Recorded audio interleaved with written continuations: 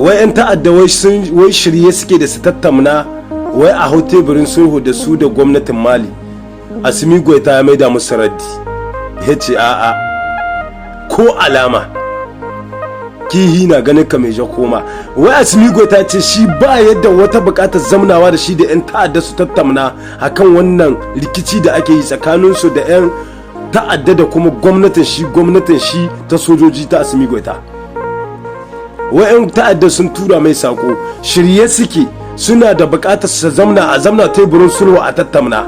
Kadiba fa kaga wani da batan basira da wani abu kafin ku kai hari ku bugi mutane ku kashe mutane ku an wuri sai ku ce shirye kuke ku tura takardar gayyata cewa kuna son ku aje makamai a zo a tattauna kafin ku game da 'yan ta'adda kayan ku game da bata gari kayan ku game da 'yan ta'adda da barayi da sauransu.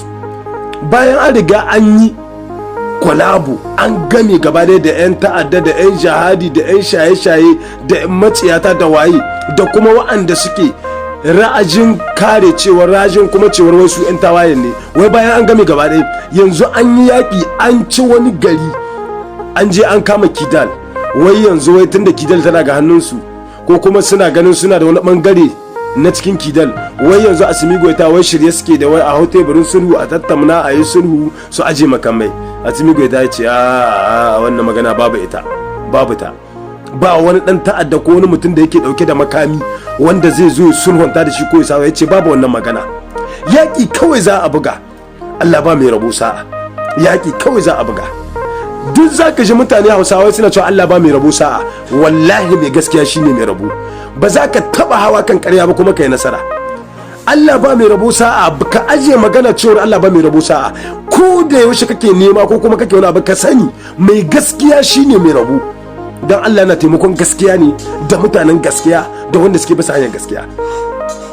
Babu inda musulunci ya halitta ko ya yarda ka ɗauki makami ka je ka ce ka yaƙi gwamnati ko ka yaƙi wasu mutane da suka ce sun an shiga gwamnati. Amma musulunci ya halitta cewar ko da ƙarfin ciya wani mutum ya zo ya kwaci ƙasa ya ce shine shugaba kuma biyayya. Musulunci ne yarda wannan. Annabi Muhammad ne ya bada wannan umarni ya ce Allah ne ya ce ku bi. Magana ce ta Annabi Muhammad.